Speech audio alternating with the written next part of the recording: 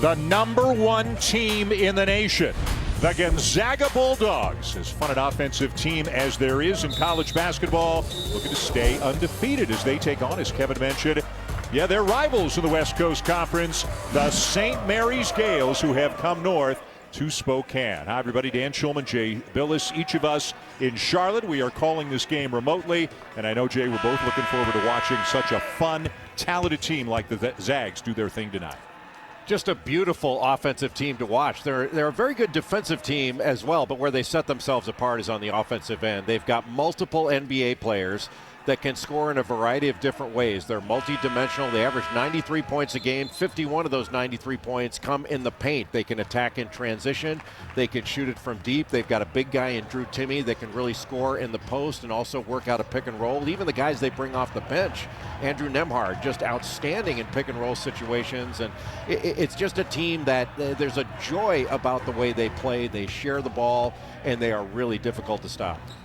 Now, the Gales gave them a bit of a run for their money in their previous meeting a few weeks ago down in Moraga. St. Mary's actually led by 10 in the first half, and then Gonzaga went on a 20-3 run into halftime, and that was that, as the Zags won by 14. We'll see how the second game turns out, and we should mention right off the bat, St. Mary's, as you know, Jay, just in their second game back from a 3-week COVID pause, so maybe still getting their sea legs going a little bit. And immediately the drive won't go down for Andrew Nembhard. You see the starting lineup for the Zags with Timme, Kispert, Suggs all playing at an All-America level. St. Mary's, Jay, they want to play slowly. As fast as Gonzaga plays is as slowly as St. Mary's wants to play. Yeah, St. Mary's is going to milk the clock, and they do such a good job on the defensive end. They jam things up. It's hard to run your stuff against St. Mary's because of the way they defend, and they can be very physical as well.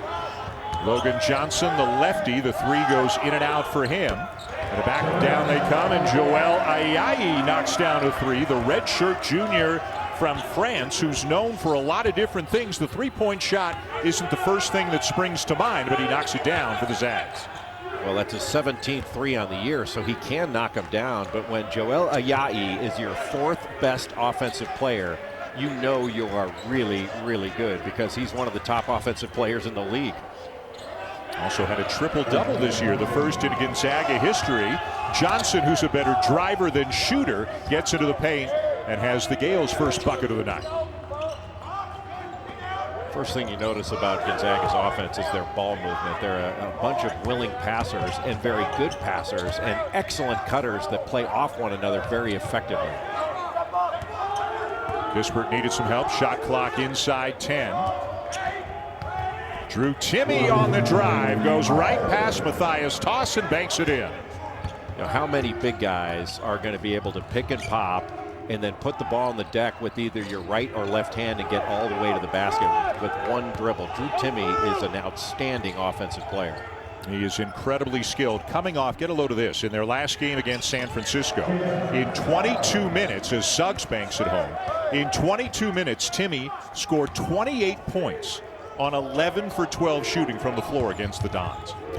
Well, he was excellent against San Francisco. They didn't have anybody to guard him. I think his best performance is still against Virginia, where he had 29. And Timme was just spectacular against the Cavaliers. Dan Fotu, the junior from New Zealand, one of two players from New Zealand on this St. Mary's roster. He knocks down a three and gets him back within two. Well, Fotu had a really good game against Gonzaga in the first one, had 15 points, 7 rebounds. You know, you mentioned it, and I know we'll talk about it again, how many points in the paint Gonzaga gets. It's not just throwing it in the post. In fact, it's largely driving into the paint and getting layups. We've seen it from Timme, and now we've seen it from Ayayi as well. It's driving and getting into the paint, but it's also in transition. Gonzaga is an excellent transition team, as they are right here. I mean, Jalen Suggs able to get it all the way to the rim, draw some contact, didn't get a foul, but drew that contact.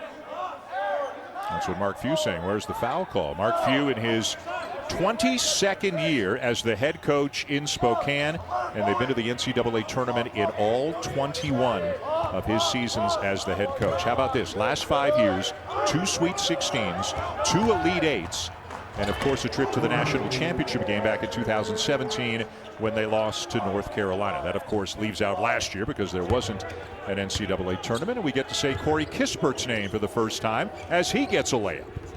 Yeah, you're going to be saying that name a lot, Corey Kispert. I think it's Luka Garza of Iowa for the Wooden Award, and Corey Kispert would be right with them. I think Garza is going to ultimately get it, but it's amazing that Gonzaga has 3 players that are finalists for the Wooden Award, which is just stunning. That's how good they are on the offensive end. And at this point of the season, there are 20 players on the late season Wooden watch list. You can see 4 of them play out west. Evan Mobley, the only player from the Pac-12, and then 3 Zags. The next step, Jay, is they get down to 10. It wouldn't shock you, would it, if all 3 of them made the final 10? It would not. It would not. And I think that's a pretty good bet that all 3 of them should be on it. You know, Drew Timme, Dan, showing his versatility there. He was in a little dribble handoff action with Corey Kispert. Instead, just kept the ball and got it all the way to the rim. He didn't finish it, but that's awfully difficult to guard for any big guy. You got to try to guard a handoff action, and the big guy can keep it. There aren't a lot of big guys that can do that. He was a very productive player in a lesser role last year. Of course, they had Filip Petrusev, who is now playing professionally. Timme stepping into a starring role this year for the Zags. He is called for the foul and will take a seat. And replacing him is Anton Watson, who had been starting most of the year. But 3 games ago, Mark Few made a change. Watson now coming off the bench. Andrew Nembhard tonight starting his 3rd consecutive game. And there's a turnover, and here they come in transition. Kispert will get it to go, and a chance for 3. And give credit to Jalen Suggs there for that steal. Jalen Suggs, one of the top steals guys in the country, and leads the West Coast Conference with over 2 steals per game. But he shot the gap. He's very good at anticipating the pass and reading the eyes of the passer, almost like he's a defensive back. Kispert misses the free throw. Came into that attempt 89% from the line on the season. One of the best shooters there is in the nation, whether it's from 2, from 3, or from the line. Well, here's the end of the floor where Gonzaga is underrated. This is a good defensive team. They're just so spectacular in the offensive end. Their defense doesn't get enough discussion. So really good defensively, spectacular offensively. Will that get them an undefeated season? We'll talk about it when we come back.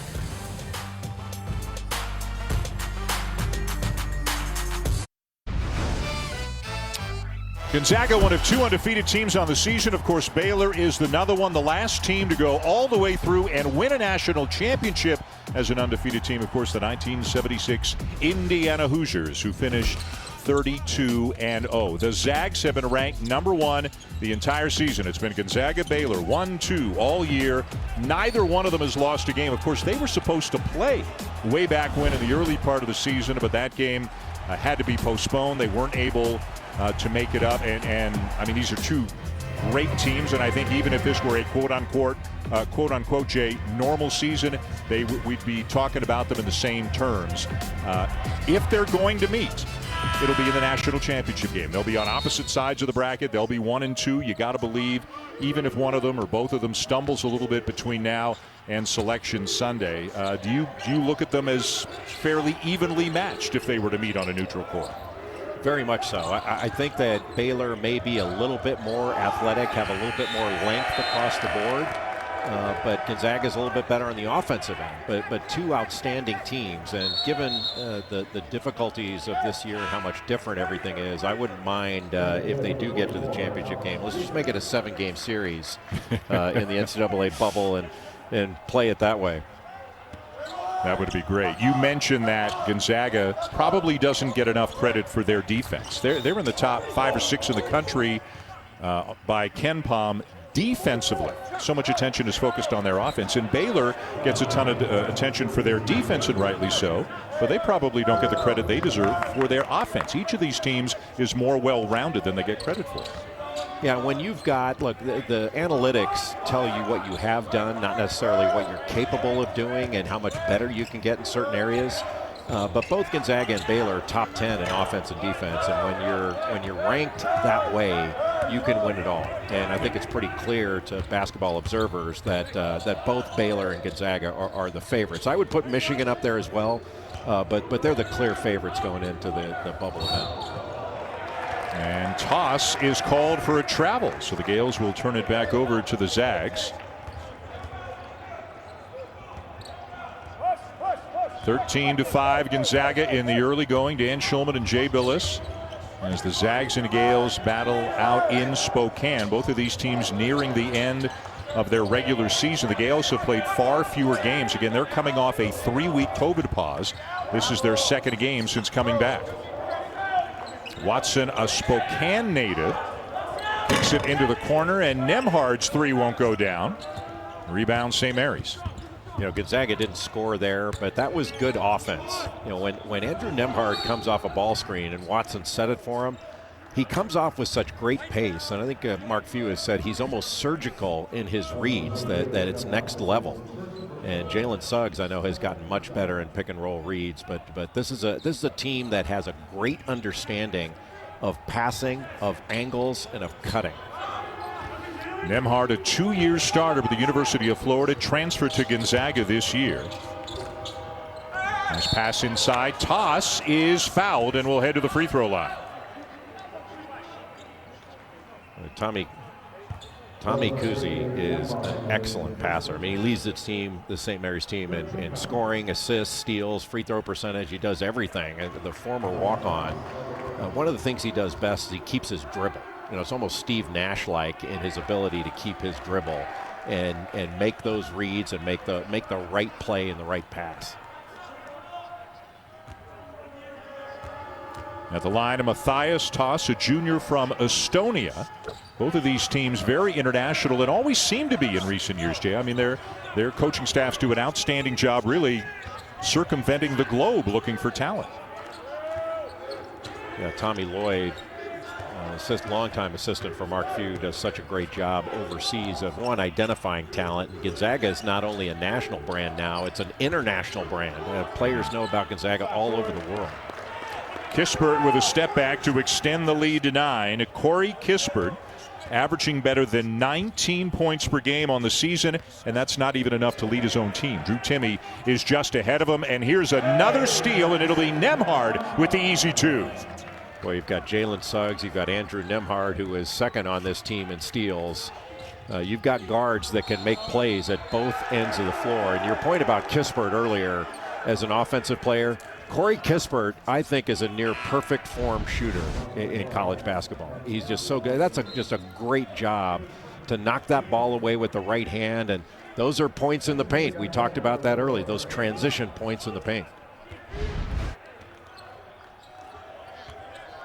Remember, the last time they played, it was the Gales who got off to a good start and had a 10-point lead midway through the first half. The opposite story here tonight.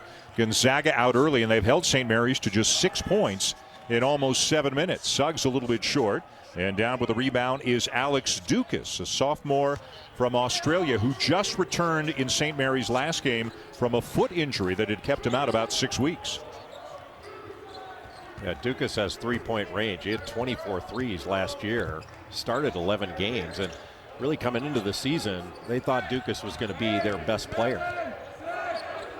And now just trying to work him back at a game shape. There's Matthias Toss, his go-to move. He's a jump hook guy. He wants to get to that left shoulder, but he knocks it down. A much-needed bucket for the Gales.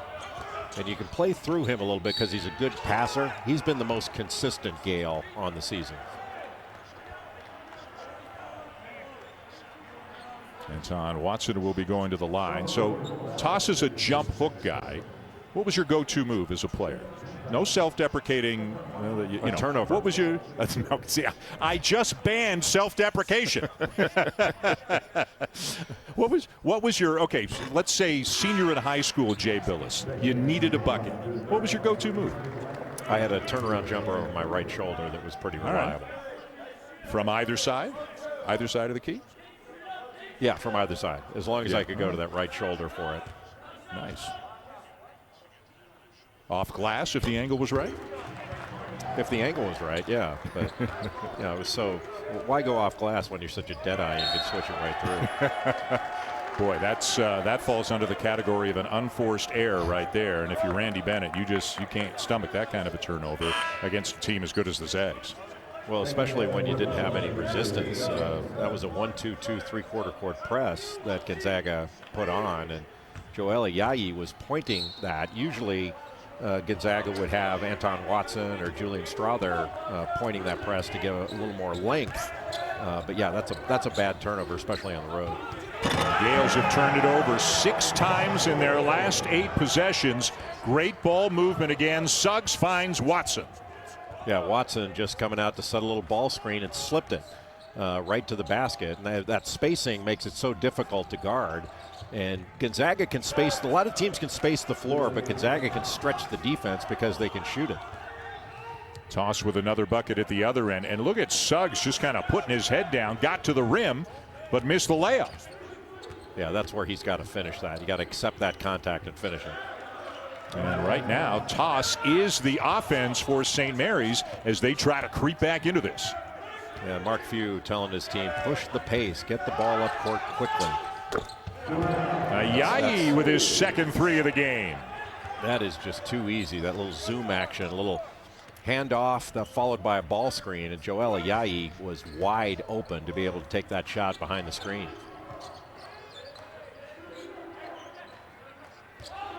24-12 Gonzaga. Toss with the last 7 points at this end of the floor for the Gales. And he's going to try a 3. And a great rebound and putback for Fotu. And St. Mary's starting to get some rhythm at the offensive end. Ayayi just couldn't get Fotu blocked out. That was a little bit of a physical mismatch.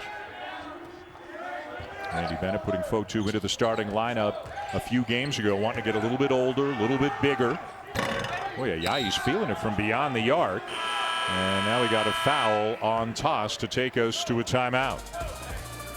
Well, Anton Watson, the 6'8" sophomore from Spokane, is an underrated player. Slips the screen all the way to the basket, shows that above the rim athleticism.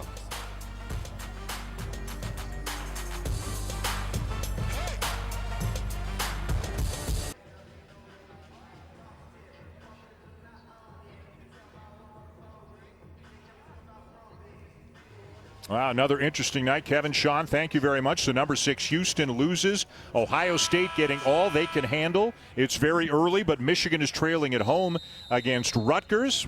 Could be one of those nights. Gonzaga trying to make sure that they are not in the headlines as a favored or highly ranked team to suffer a defeat. They have not suffered a defeat all season, and in fact, Jay, they've only won 1 of their 20 games by fewer than 10 points. That was a 5-point win over West Virginia in a game where Suggs missed a lot of the game because of injuries. But by and large, Mark Few's team has been rolling over teams this year. Yeah, and it's not like they're playing some cupcake schedule. I mean, they rolled over Virginia, they rolled over Kansas, they rolled over Iowa, and blew those teams out. Yeah. Gonzaga is legit. There is no question about it. If you're going to beat this team, you're going to have to play an extraordinary game. They scored 102 against Kansas. They scored 98 against Virginia, which may be the most remarkable stat of the season because usually that's about 2 games worth of points against Virginia. 99 against Iowa. Granted, the Hawkeyes not a great defensive team, and then there's that close one we talked about. As always, the Zags load up in the non-conference part of their schedule to try to compensate for the fact that the West Coast Conference is not Big 10, Big 12, ACC caliber. Well, Iowa looks like a pretty good defensive team on that list, given the numbers Gonzaga's put up against those other teams. Yeah. Kispert leaning in, doesn't get the bounce. Loose ball down to the Gales. Gonzaga's actually the 2nd best team in adjusted offensive efficiency. That's a points per possession stat that takes into account your opponents. What a beautiful reverse there by Tommy Kuzic. Just a tremendous catch. I mean, he had his back to the baseline there when Aaron Cook gambled there, and that allowed the backdoor cut. Ayayi tried to come over and stop it, but just not the best gamble out top. But that is a fantastic play to finish with the right hand. Look, he never took his eyes off the rim, majoring in English. Is that related to never took his eyes off the rim, or were those two separate facts? It felt like you connected them. Well, you had to have a little English to get that in from that angle. That was a spectacular play. I see. That's my bad. Yes. I'm a little slow keeping up with you tonight. What a great story Kuzi is, by the way. A fifth-year senior. He was a redshirt his very first year. And he was a walk-on until this year, but a walk-on who played a ton the last couple of years, led the team in assists the last couple of years. They just didn't have a scholarship available. One became available this year, and he's playing even better now. He's become their leading scorer. Well, Randy Bennett said when he first got to St. Mary's, he wasn't all that good of a player, but he's continued to grind and get better. And he's been an incredible worker. But his ability to finish creatively around the basket, which we just saw in that last play, and the fact that he keeps his dribble, he is such a good passer, low turnover rate, second in the West Coast Conference in assists behind only Colby Ross of Pepperdine, who is a truly outstanding guard. And I guess if you're a basketball player and your last name is Kuzi, even though it's spelled differently, you're going to be a point guard, right? You're going to have some point guard skills. Yeah, you're going to have to. And you're going to have to be a good passer. Yes. Nobody's better than Kuz. Colby Ross, by the way, a couple of late free throws. St. Mary's played Pepperdine on the weekend in their return from the COVID pause. And the Waves kind of had them the whole way, and then the Gales made a run at the end of the game, got a 10-point deficit, down to 1 in the closing seconds, but eventually Ross hit a couple of late free throws, and it was a 2-point win for Pepperdine. What a pass.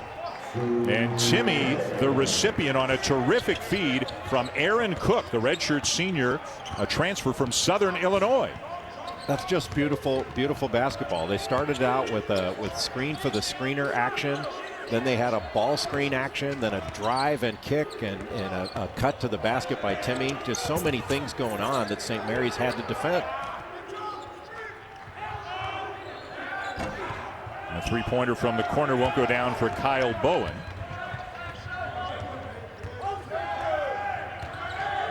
So they've got Nembhard, Suggs, and Cook in the game at the same time. All three of their quote-unquote point guards. Yeah, going small, and then Drew Timme, who can move his feet. He can play inside or out.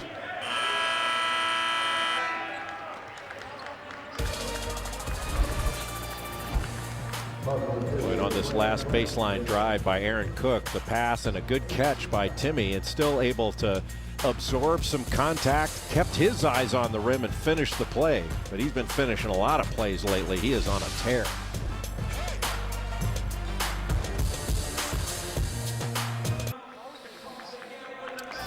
Welcome back. 31-16 Gonzaga over St. Mary's. Saturday, our full day of college basketball across our networks is highlighted by a couple of matchups. A ranked matchup out of the Big 12, Texas Tech and Kansas at 2 o'clock Eastern time.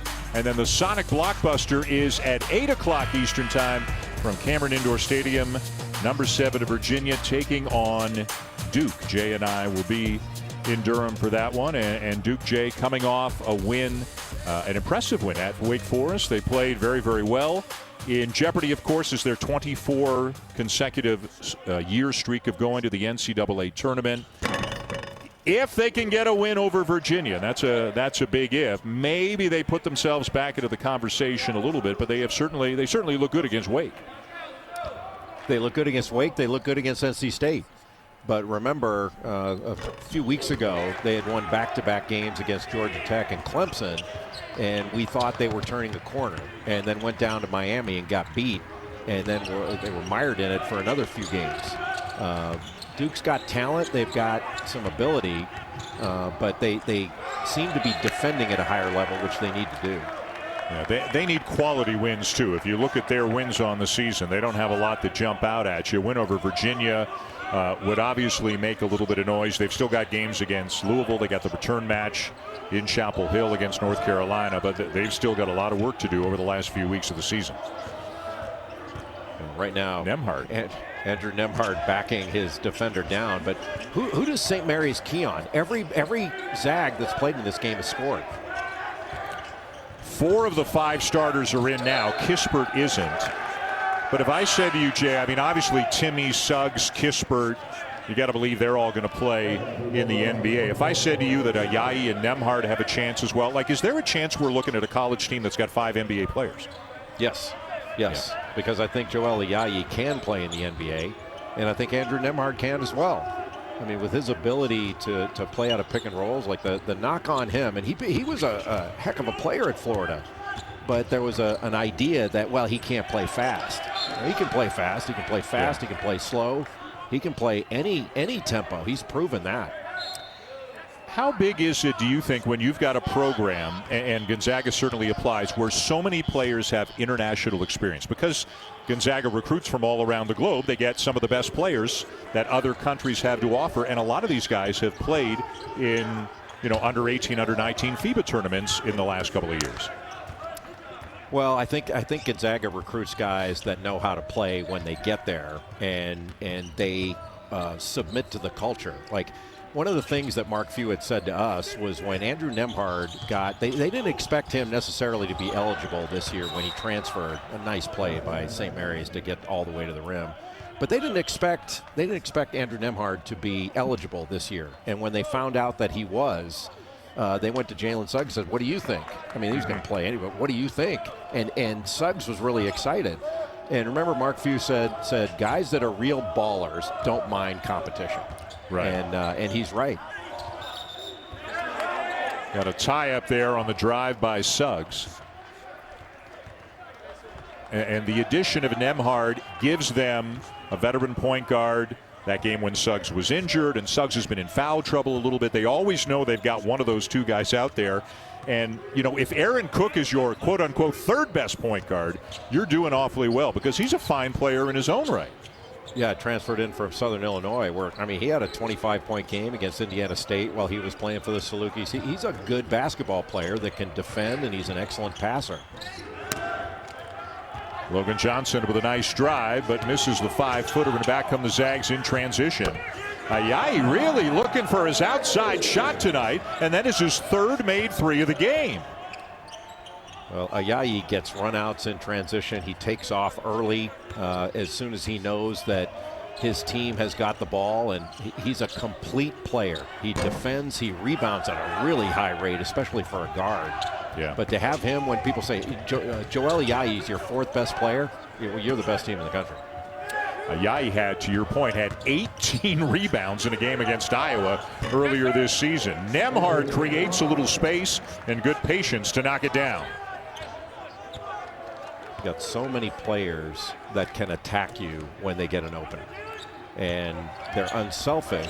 I don't think anybody on this team really cares who scores, but they want to make sure their best players are getting touches, and especially over the last 5 games or so, they're trying to get Drew Timme to touch the ball more. Every time he touches it, something good happens for the Gonzaga offense.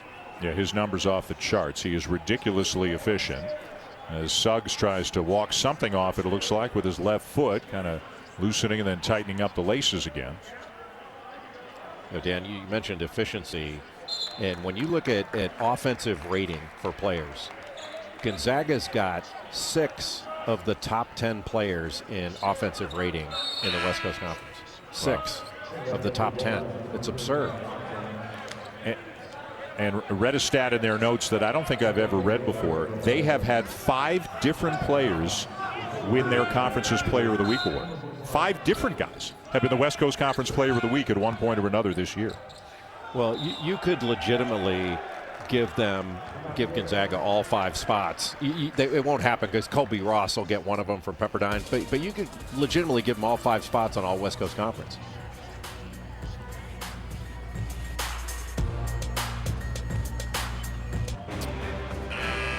Top-ranked boxing tomorrow night from Las Vegas. Miguel Berchelt defends his WBC junior lightweight title against Oscar Valdez in the 12th-round main event. The main card gets started at 10 Eastern, 7 Pacific here on ESPN, also on ESPN Deportes, and the app. The prelims begin at 7 Eastern, 4 Pacific on ESPN+. Who do you think's the best junior lightweight of all time? The best junior lightweight. Can you give me? Can you make this multiple choice, please? Well, a lot of people say Floyd Mayweather. I would say Alexis Arguello. All right. You are more of a fan, I guess, of more knowledgeable? Or you knew that promo was coming and you got on Wikipedia today? One of the two. I used to love boxing. Did you? When I was a kid, I watched Alexis Arguello. I mean, he had 2 amazing fights against Aaron Pryor. And Alfredo Escalera had a couple fights with Arguello that were Escalera. They used to call him the Snake Man, and he had a snake. He would come in with a snake around his neck when he came into the ring. I think that's the way you should come on the air now. Have a snake around your neck. All right, maybe Saturday. Maybe we'll come up with a little something for our game Saturday. I'm sure, like you. So did you watch Sugar Ray Leonard, Roberto Duran, Hitman Hearns? Of course. Were you into all the right? So of course, that and Hearns was great stuff. Some of the greatest fights of all time. Absolutely. And we're both old enough to remember. The heavyweight division had some unbelievable fighters too. Back in the day. Yeah, and back in the day, Gonzaga would not have been considered a heavyweight back in the mid-'90s, but after about 1999, Gonzaga has been punching at the heavyweight class in college basketball. It's remarkable what this program has done, and it's remarkable what St. Mary's has done too. You take Gonzaga out of the picture, and Randy Bennett's considered the best coach in West Coast Conference history. Yeah, the Gales have been to the postseason 13 consecutive years, 7 NCAAs, 6 NITs, and they've even won 3 conference regular season championships. 1 outright and 2 shared. With who? Gonzaga.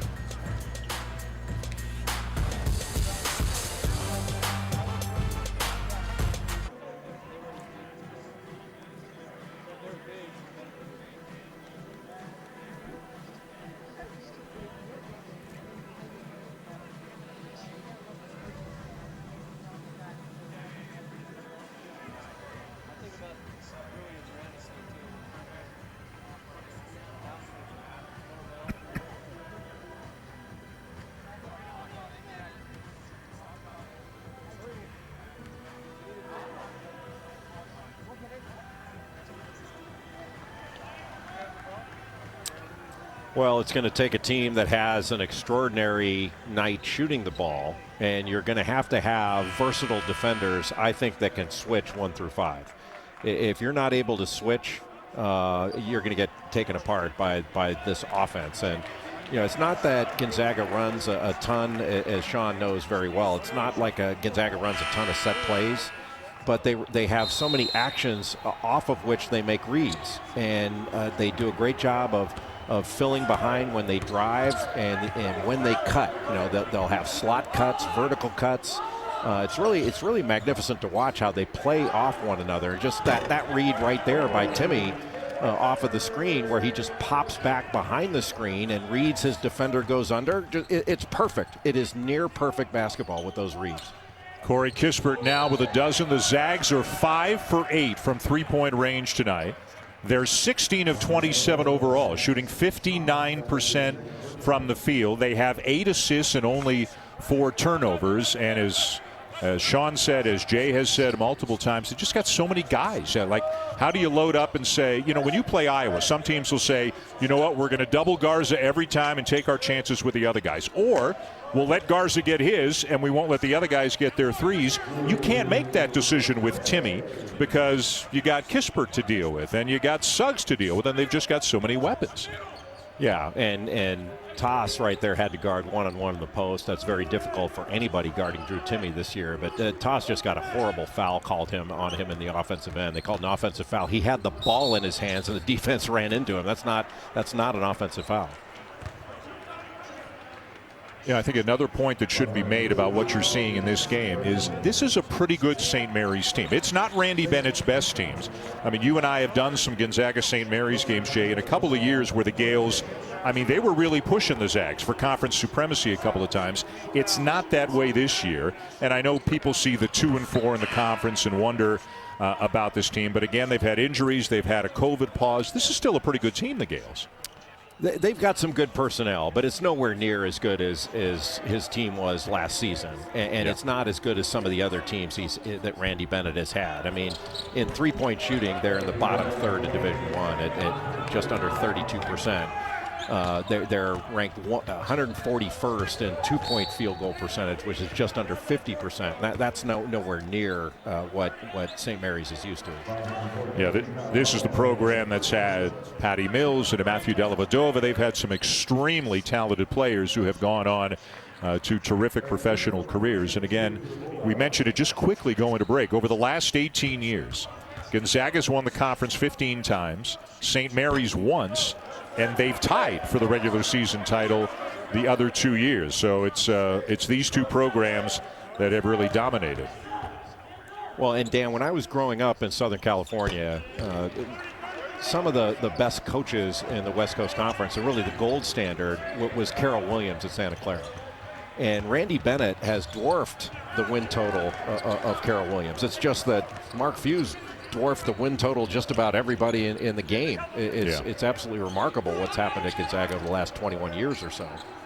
Right now, it looks like a two-bid league. Obviously, the Zags, number one, top-ranked team in the country. BYU also has made an excellent case for an at-large. St. Mary's, Pepperdine, they would be on the outside looking in. And maybe, Jay, that can segue us into the conference tournament. There's been a lot of talk about conference tournaments given the concern over COVID, and for teams that know they're in the tournament, should they play in them. The A-10, by the way, the Atlantic 10 made some adjustments to their schedule this year, moved the men's tournament earlier to give them more of a break before the NCAA tournament begins. But you and I both spoke to Mark Few about the West Coast Conference tournament. He wants to play in the conference tournament. His concern is health related. It's supposed to be in Las Vegas. There are multiple conference tournaments going on there. Hotels are not 100% full, but there are a lot of people. It's Vegas, right?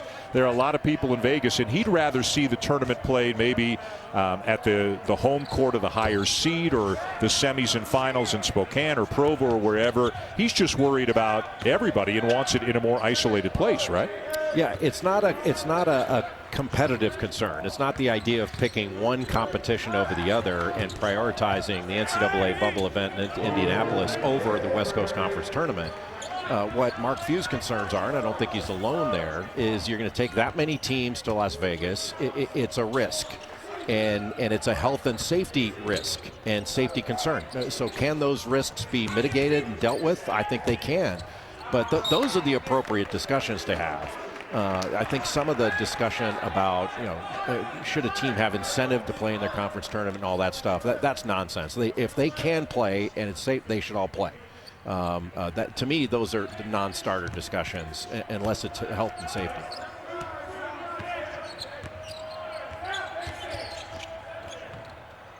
Johnson with a drive and lays it in with the right hand. He's a lefty. Did a nice job creating a little space on that drive as well.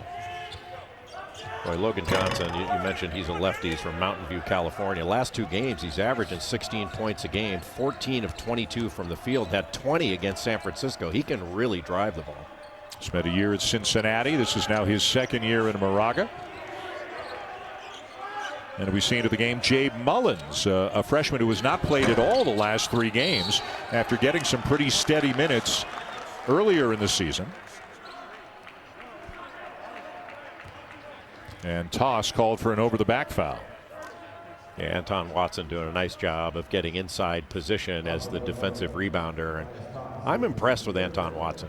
He's athletic, he's physical, he rebounds, and he's got a good skill level. We've already seen him finish above the rim, but he's also willing to defend. He knows that Gonzaga's got a lot of scorers, and he's willing to do the quote-unquote dirty work to be able to fit in, be a great teammate. And again, a Spokane native. So he was on their radar early.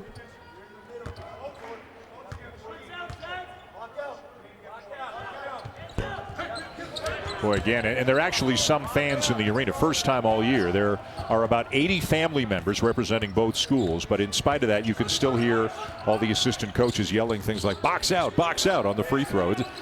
We'd all love to see fans in the arena, and we look forward to that day coming back. But it's kind of cool sometimes to hear what the players and coaches are saying. Yeah, sometimes. I mean, if you're a player, it's not all that great. But yeah, for the fans, it can be. But one, of the many, and look, this is a smaller concern given the very real concerns there are around the country with COVID and around the world. But one of the things for Gonzaga is this team is so special in so many ways.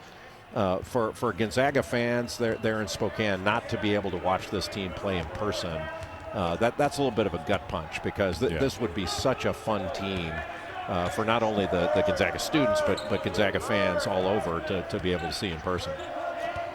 Absolutely. The highest scoring team in the nation, and they've got a chance to get to 50 here in the first half. And it's not like they played great either. They played well, but they're capable of much better. Suggs with a runner. He's got 6. They've got 51. And the first half will end with Gonzaga dominating St. Mary's at the Kennel, leading the Gales 51-24. It is halftime in this one. Time now for the Jeep Halftime Report. Back to the studio. Kevin Connors, Sean Farnham.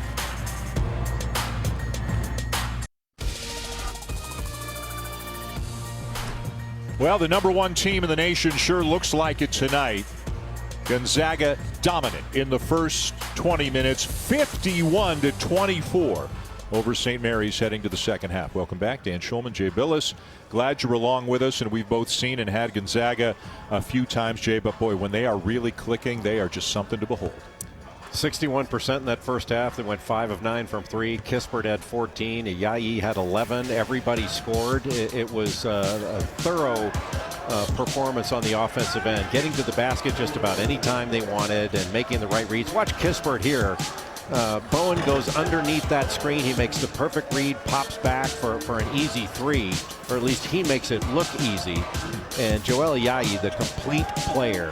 And, you know, we joke that he's the 4th best player on this team, but that doesn't mean he's the 4th best or 4th most valuable in every game.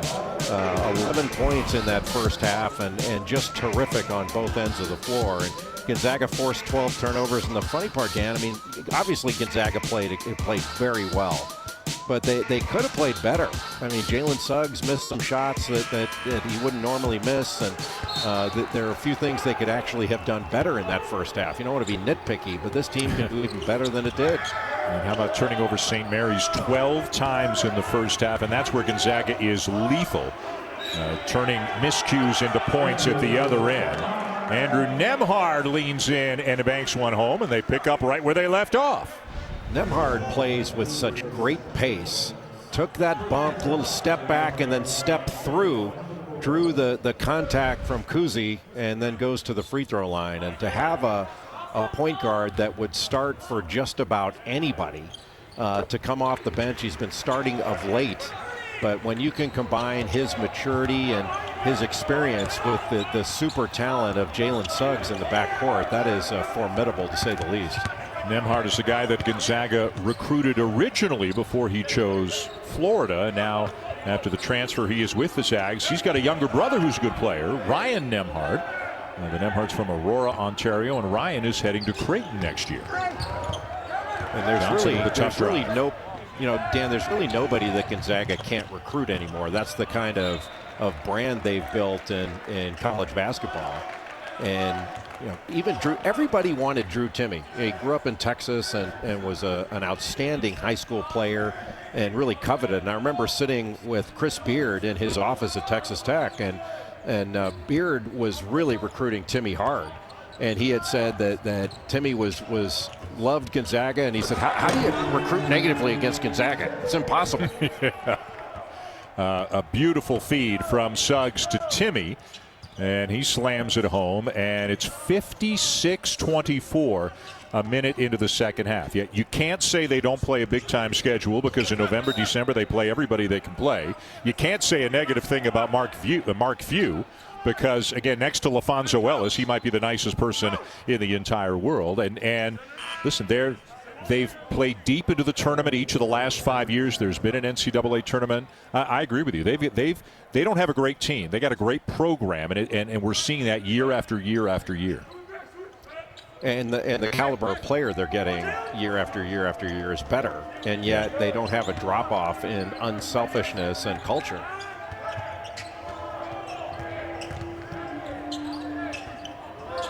Kuzi can't get the shot off over Timme.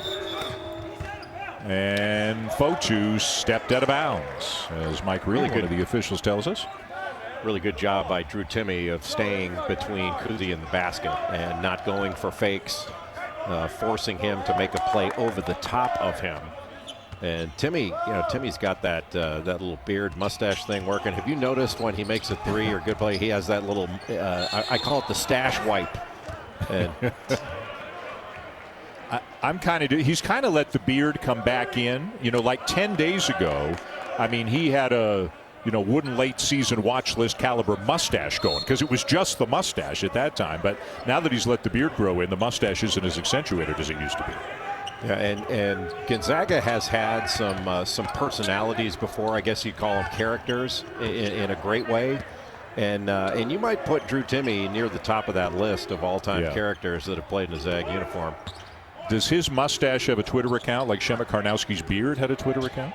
Let's hope not. Let's hope not, because that got the Karnowski's beard got me in some trouble. That's why I still have the stubble. You got a lot of mileage. I remember you got a lot of mileage out of his beard that year. Karnowski got a lot of mileage out of me.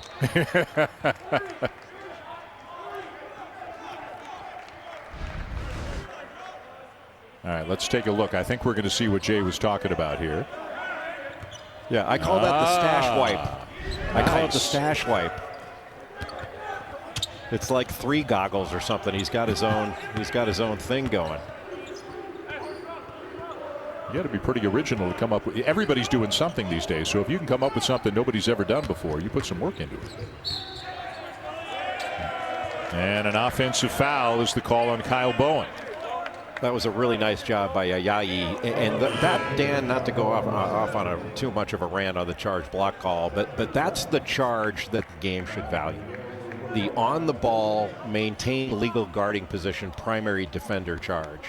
It's the charges where a secondary defender comes and slides under an airborne shooter that's won a path to the basket. That is, I happen to believe, is really starting to hurt the game. And I don't know if you saw the game. Did you see Kentucky Vanderbilt the other night? And no, Keon Brooks' dunk that was wiped out because of some slide underneath? I mean, those are the kind of things that have no place for officials to call. When you played, were you taught to slide in and try to take a charge as a secondary defender as much as they are obviously taught to do it today? Absolutely. Absolutely. Because if the referees are going to give it to you, you should take it. You'd be foolish not to. Nembhard for 3, and the lead grows for the Zags.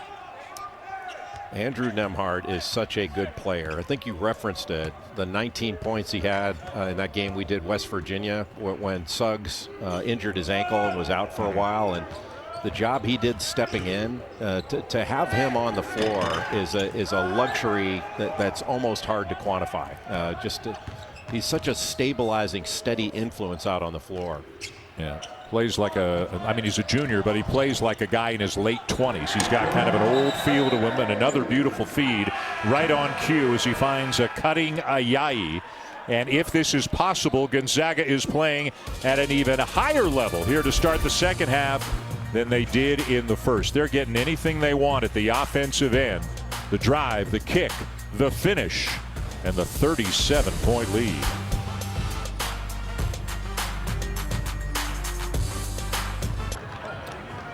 Welcome back. All Zags, to say the least. Let's hear now from Jalen Suggs in our Wendy's Wooden Watch.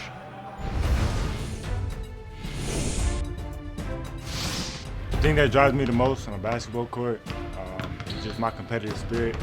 I always want to go out and show them the best, help my team win.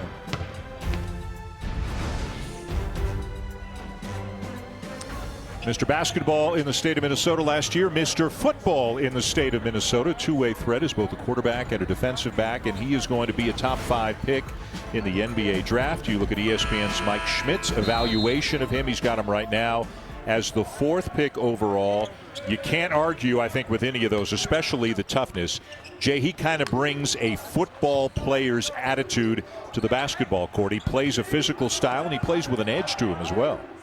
Yeah, that edge, he's a gamer. He competes, and he competes all the time. I mean, I think one of the great things about this Gonzaga team is how they compete every day in practice. They got to guard each other every day in practice, and those are some high-level practices. And they have competition Monday, then they have scrimmages where they split the team up evenly and go at each other and keep stats and all that stuff. I mean, there are times where their practices are a lot more difficult than their games. Yeah, I would imagine. We've only seen 7 players tonight for the Zags, and we're obviously going to see more the later this one goes. But you're right. Can you imagine a 5-on-5 scrimmage? Because we'll see the 8th, 9th, and 10th guys coming up. They're pretty good, too. Here we go. This is about as good as it gets.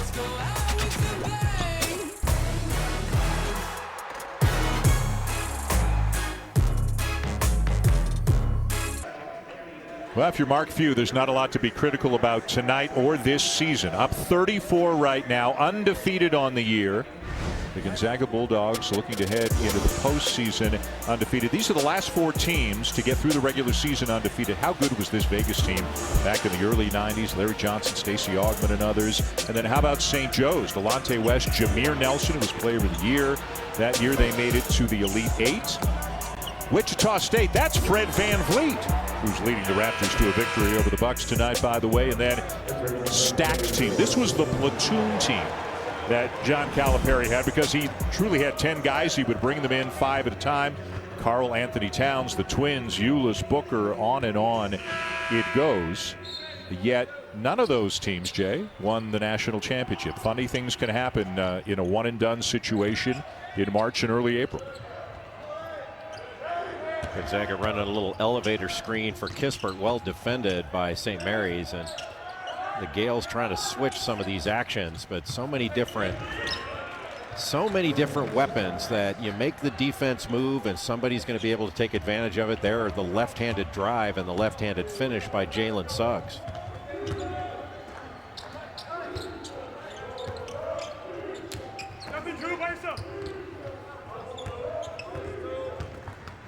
This is a freshman, Mitchell Saxon from Seattle.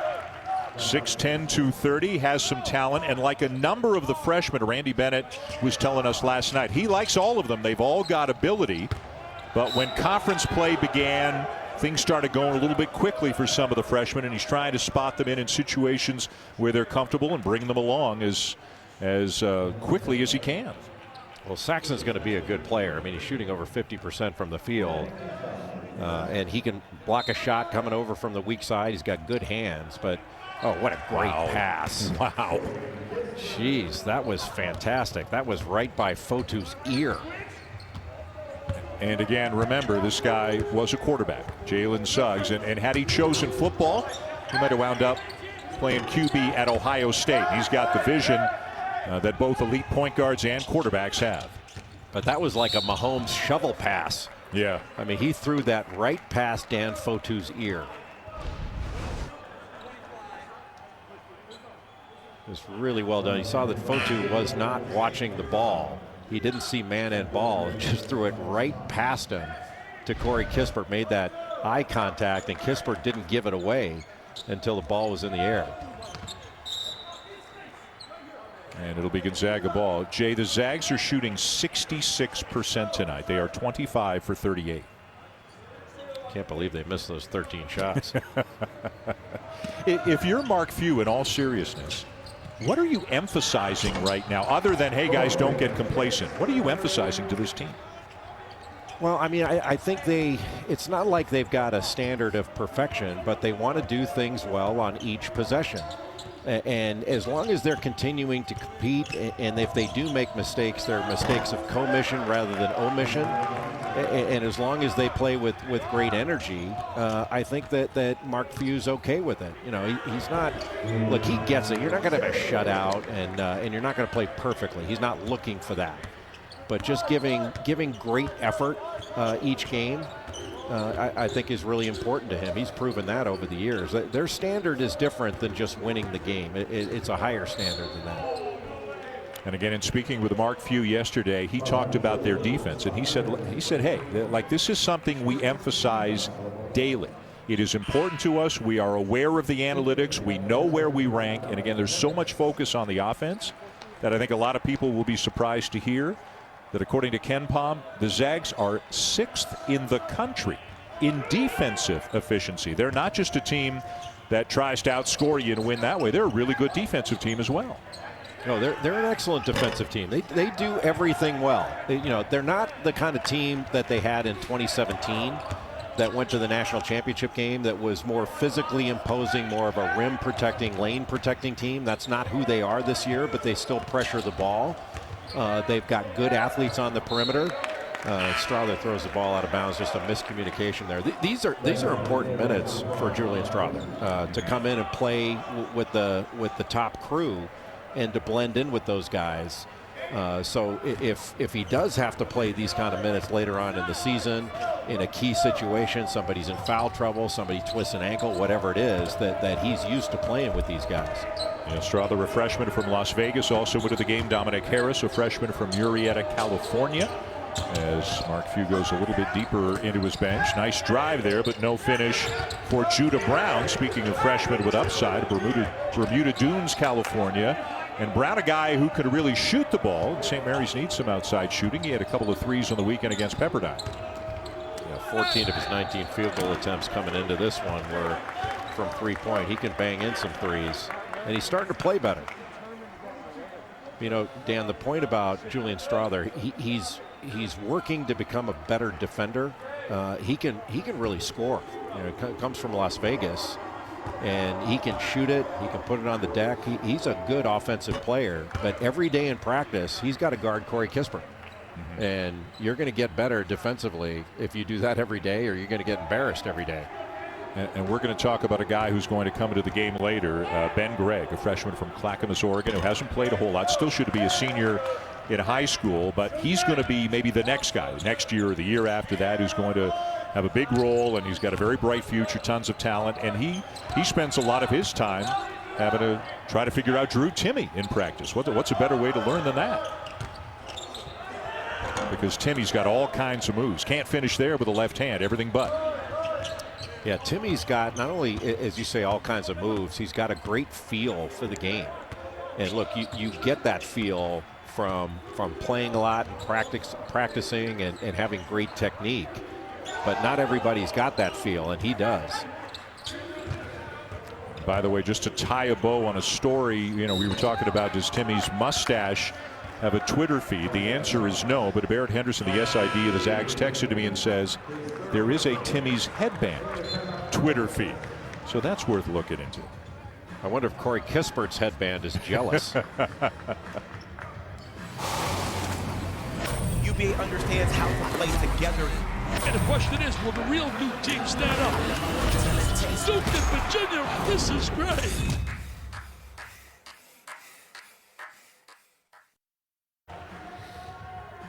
Thank you, Kevin. The Pac-12, interesting. You know, USC has had a really strong year. UCLA remains to be seen with UCLA, Oregon. Colorado, kind of sneaky, having a good year. They don't get a lot of attention, but how many bids will the Pac-12 get? Kevin J. mentioned Ohio State. We just saw Ohio State recently. They've got, as Kevin mentioned, a monster game against Michigan coming up on the weekend.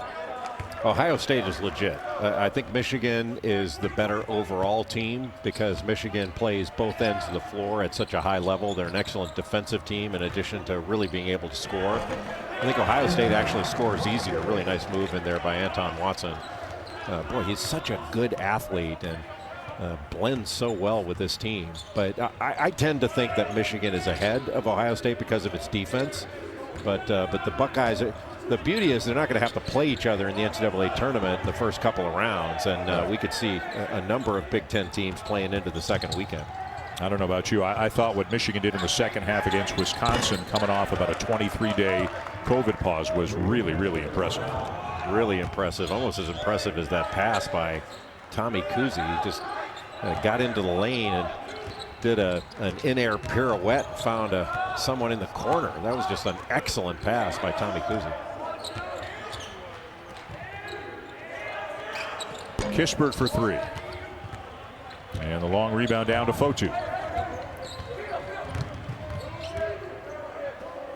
St. Mary's has kind of juggled their schedule over the next couple of weeks. Teams are trying to make up if they can for games that were postponed because of COVID. One went away, another one showed up. They've now got a game just announced today against BYU coming up next week. But they're going to be short. This is just their 7th conference game. For the Zags, it's their 12th as Kispert goes hard to the rim and is fouled.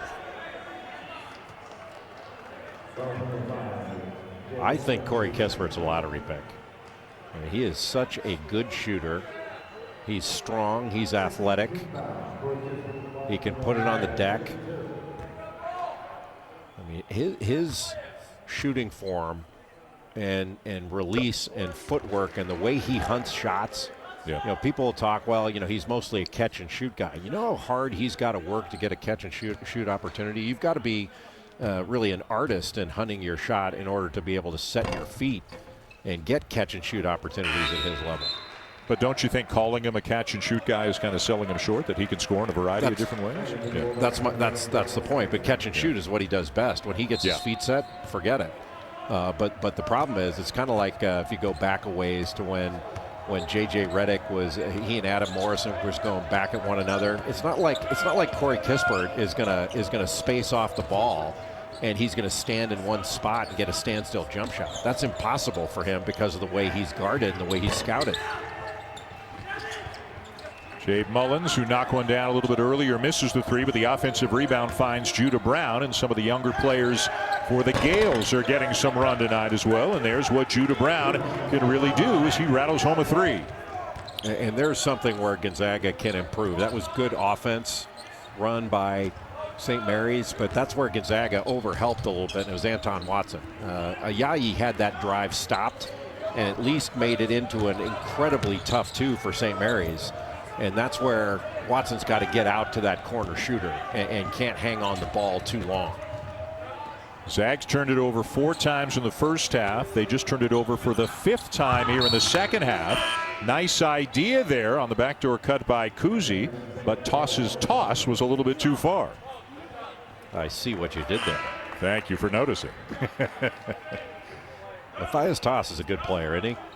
Yes. Good interior defender. And he's a good, you know, we've talked about his passing. He can set step-up screens. And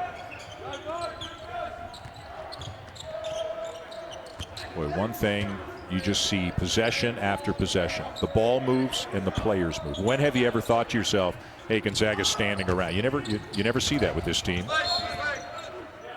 You know, everybody's always cutting and passing. Yeah, they've had a few halves maybe where the ball sticks a little bit and they don't get the great movement that we've seen for most of this game. The game I remember is the first half against Pepperdine. It was un-Zag-like, but you know, you're not going to pitch a perfect game every time you step on the mound. But overall, this has been as consistent as an offensive team can be, and their effort has been incredibly consistent throughout the course of the year. They lead the country in points per game, field goal percentage, 2-point field goal percentage, effective field goal percentage, and when you pass as beautifully as that, you wind up getting easy buckets near the rim, and that's what the Zags do best. They're a good 3-point shooting team, but they don't shoot a ton of threes. They're at their best getting easy 2s around the rim. Yeah, they're number 1 in the country in 2-point field goal percentage. They shoot 64%. That's ridiculous. Yeah. Ayayi shoots over 70% from 2, and he's a 6'5" perimeter guy. Yeah, and Timmy's 65%. Jalen Suggs shoots 60% from 2.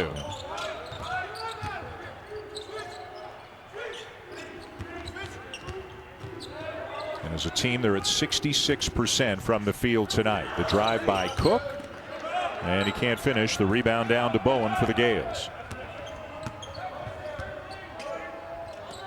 Kuzi over the top, toss. Boy, he didn't realize how open he was. He could have gone straight up with it. And a great strip by Nembhard with that left hand. And a great idea by Ayayi, but he led Watson a little bit too far. And we'll go to the under 8 media timeout with the Zags firmly in control.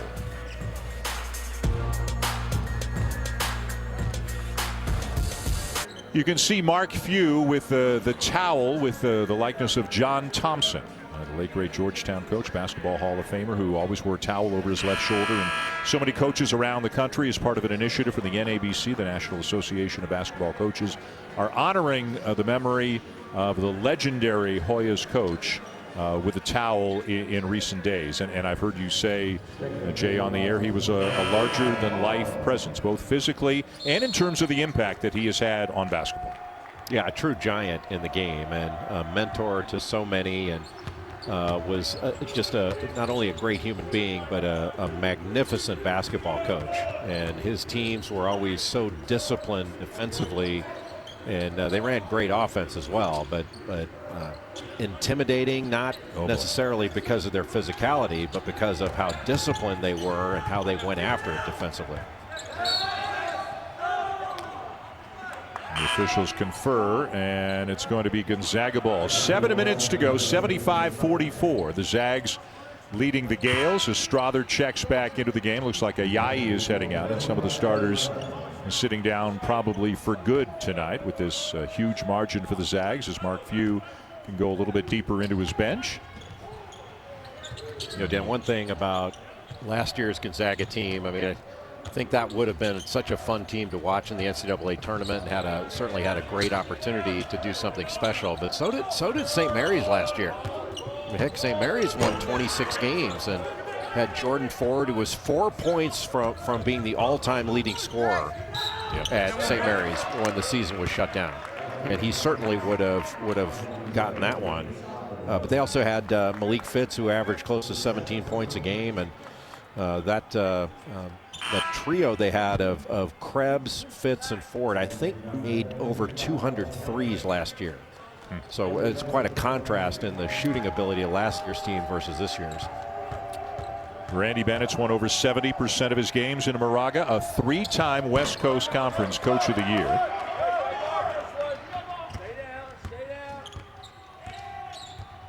And there you can see the difference in their offensive numbers. Shot almost 48% from the field last year and under 44% as a team this year. Ayayi with another one, his 4th 3 of the game. It's just so fun to watch Gonzaga run offense. I mean, I think back to offense that the Zags ran, 20 years ago. They ran mostly flex, which is a continuity offense, and then that evolved to more flex and motion. That actually, I think Mark Few and his staff, Billy Greer and Leon Rose used to call it flotion, the flex motion. And now they run a lot of stuff that comes off of different actions and reads, and they get into flow as they get through transition. They just flow right into their offensive concepts, and it's really a beautiful, beautiful offense to watch. Does he leave it more in the hands of the players as time goes on to make their own decisions? Yes, I mean, they certainly have a ton of structure, but they're able to make reads, and they make those reads off of one another so well, so they'll get into action, whether it's dribble handoff action or screening action, and they have certain, I don't want to say they have certain rules, but they have certain things that they do off of a drive from the wing or a drive from up top, certain cuts that they'll make, and they do such a good job coming off screens of making a read of the defense, especially Corey Kispert. He's just an expert at making reads, and they're wonderful at getting in and out of pick and roll situations.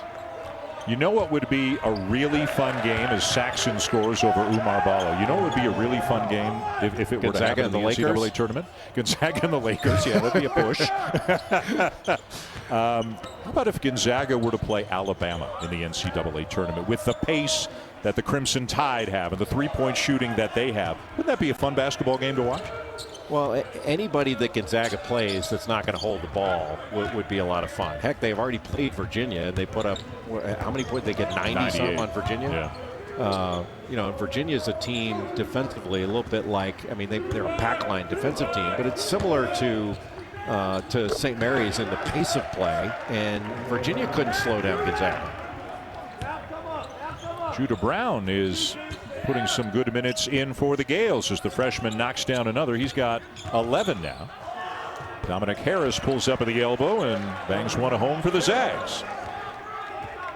Well, the St. Mary's team has 6 new guys out of their 13 players, and that's a different deal. I mean, I know Randy Bennett wants to put men out on the floor, and but there are some valuable minutes that his young guys are getting.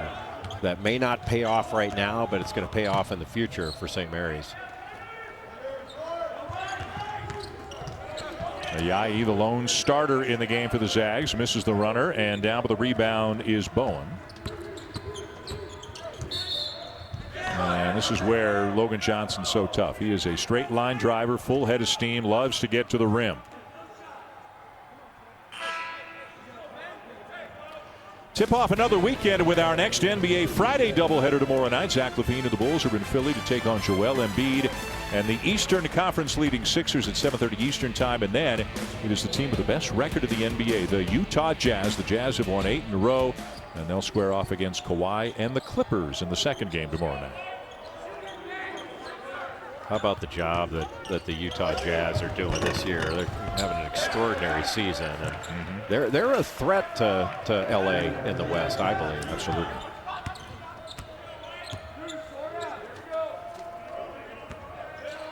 And one of the best defensive players in the year, two-time, in fact, and two-time NBA Defensive Player of the Year. Look at those numbers: 14 points, better than 13 rebounds per game, and more of a threat on the offensive end. An attempted save there by Ben Gregg, of whom we spoke a little bit earlier, but Logan Johnson was kind of waiting for it. How about that catch by Logan Johnson? That was like back in the old days when you played dodgeball. Exactly. Making that catch. That was a great dodgeball catch. Before dodgeball became, this horrible evil that had to be eradicated from our society. What is it? Dodge, dart, dip, duck, and dodge? How many times did you get hit with a Voight ball that it left the mark on your skin? More than I care to backwards. admit.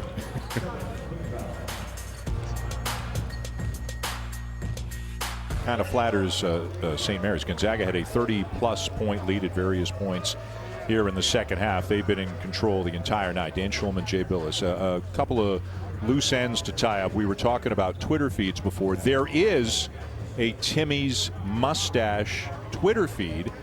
It is called the Drew Manchu. This is a real thing. At Drew Timmy Stash. Yeah, at Drew Timmy Stash, the Drew Manchu. And then, just in case you were wondering, Jay, in the bio portion of the Twitter account, it says no affiliation to the real Drew Timmy. Yeah, they don't want to get sued. I mean, right. Are you kidding? That stash is soon to be trademarked. At the line is Umar Ballo. Sorry, go ahead, Jay. Well, if that stash had name, image, and likeness rights, the amount of money that Drew Timmy could make off that, off the stash wipe. I really wonder, though, why he grew the beard back out. I mean, he was making a Drew Manchu statement a couple of weeks ago, but he's kind of let that go by the wayside now. When you're living in isolation,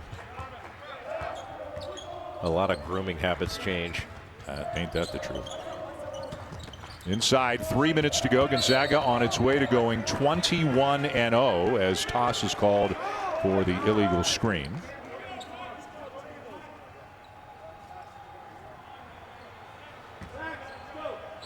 You mentioned what's ahead for St. Mary's. For Gonzaga getting right down to the end of their season. They've only got one more scheduled game, and that's coming up Saturday against San Diego. The West Coast Conference built in an empty week between the end of the scheduled games and then the conference tournament. I guess teams could still pick up a game if they wanted to now by rescheduling, but it's getting late for that right now. That's part of the problem. As you get to the end of the season, the games that were postponed, how can you fit them in and not put your players at risk of injury? You don't want to play too many games in a row. Heck, some of the teams in the power conferences are going to be playing 8 games in 16 days. And the West Coast Conference has done an interesting thing. They're going to do their seeding for their conference tournament differently. It's not just straight record. We mentioned Ken Pom before, Ken Pomeroy. They're working with Ken Pom on both the men's and the women's side, and he's created a formula that weighs the game by the strength of your opponent in your conference game. So even though St. Mary's came into this game just 2-4, they're actually seeded 4th right now if the season were to have ended before this game. So because teams are not playing anywhere near a balanced schedule, there's kind of a strength of schedule component built into the West Coast Conference seeding procedures. So could Gonzaga get knocked out of the #1 spot because they don't get the strength of playing themselves? That seems unlikely. They help so many other teams that they're right. able to leapfrog the Zags. But as we mentioned earlier, they should get credit for their scrimmages, for their 5-on-5 in practice by going against each other. That's exactly right. Yeah.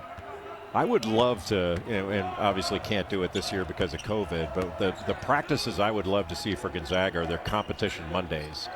And Mark Few was saying that when they do competition Monday, it's remarkable how often Joel Ayayi's team wins. He's got that it factor, doesn't he? That was Ben Gregg, of whom we spoke a little bit earlier, the freshman from Clackamas, Oregon. Remember the name. Not this year, but he'll play sparingly. But remember the name. He's going to be a dude for them in the next couple of years. Well, he might not play sparingly if he can show that he can add a different dimension down the stretch here. You never know when there'll be some foul trouble or something. He could come. That's why playing with the top guys in games is going to be important for him to blend in with that group.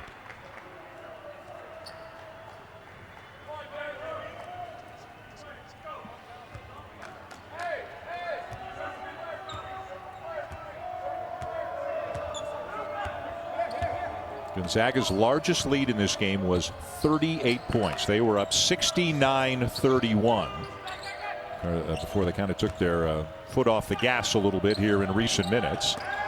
Good minutes also for Mitchell Saxon, as we mentioned, a freshman, big guy for St. Mary's, who's getting a chance to get some minutes in for Randy Bennett. Good rebound there by Alaskis. Sophomore from Lithuania. His dad played with Arvydas Sabonis, who's Domantas Sabonis' dad. That is Matthew Lang, a junior from Portland, and you can hear the reaction from all the regulars on the bench right now as he gets a chance to play and knocks down a three.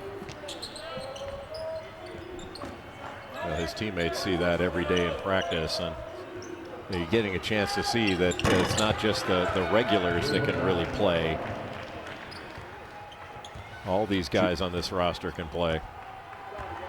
18 straight wins by 10 or more points for the Zags. 20 of their 21 wins this year have been double-figure victories, and this was an impressive performance. Again, the score does not really indicate how one-sided this game was at times, but the Zags are now 21-0 and still working on a perfect season to this point. What a season it's been for the Zags, but they've still got more things that they want to accomplish. For Jay Billis, I'm Dan Schulman. Thanks for watching. SportsCenter coming right now.